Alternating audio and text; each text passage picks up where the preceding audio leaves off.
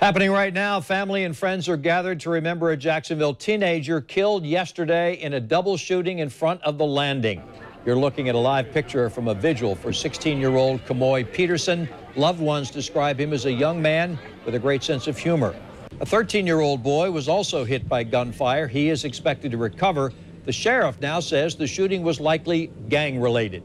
He and other community leaders vow to put an end to the violence downtown, floating ideas such as a daytime curfew and raising the age of people who can gather at the Landing to 21. This shooting is also bringing up another issue: revenge violence. Police tell us they strongly suspect yesterday's double shooting at the Landing is linked to another double shooting also downtown. It was during Art Walk almost 2 weeks ago. With more on all of this, Channel 4's Scott Johnson is joining us live from the Landing where this vigil is going on. Scott?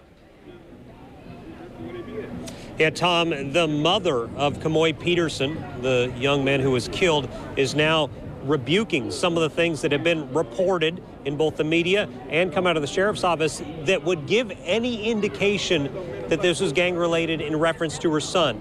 She's telling me Kamoy Peterson was an honor student, not affiliated with gangs at all. In fact, the night of the Art Walk shooting, which was a couple weeks ago, which the sheriff said might have been linked to, he was at home, she says, and she says during the shooting here, right before it, she asked an officer for help before the shooting happened, saying he's a good boy, does not like that this has been referenced as possibly gang-related. She does not want her son looked at that way. I'm going to tell you about Kamoy Tyrus Peterson, my son. He's an honor student from 6th grade Lake Shore Middle. My son has never been in trouble.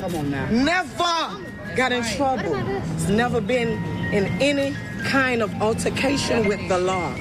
Whatever y'all putting out on my son about him being at the Art Walk, he was home with me. He was home with me. He's never been in a gang. He's not affiliated with a gang. And so now the vigil is still going on out here, and still the sheriff's office is investigating it from the angle of whether or not the Art Walk shooting had led to this. The mother here wants to know who the shooters were, as does the sheriff. While police won't give us details on how the shootings at the Art Walk and Landing are linked, they do tell us they believe it was not a direct retaliation.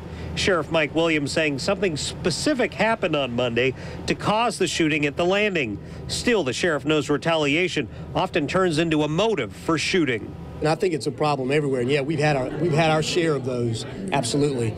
And at the same time, we've had in many cases, a new level of cooperation that we're very proud of. But in some of these circles, we're not going to get that cooperation, and this potentially is one of them. The lack of cooperation is also called the code of silence, where even victims don't talk to police. We've seen numerous instances of this in Jacksonville. I talked to News4Jax crime and safety analyst Gil Smith about this. That happens quite often, and it happens for a couple of reasons. One, because they're also involved in these revenge shootings or whatever, and they know they can be tied to it. Another reason is they just may be afraid. They may not be involved in a gang, but may be afraid to report the people who are involved, because then they could come back on them. I also talked to Gil about the Landing owner's interview, where he tells me he's considering not allowing groups of people under age 21 at the Landing.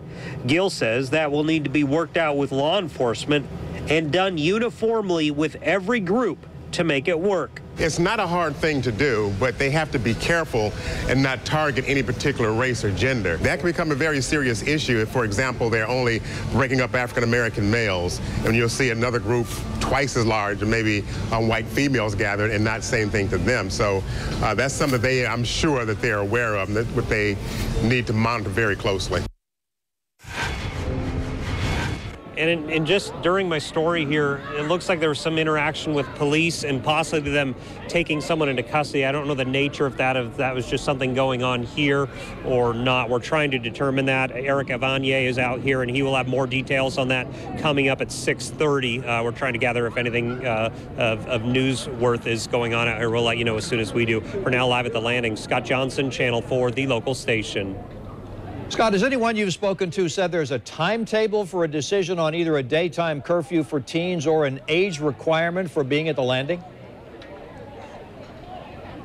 Yeah, Tom, we are waiting on that.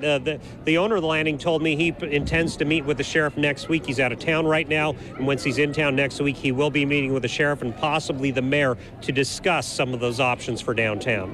Tom? Scott Johnson reporting live. Thank you, Scott.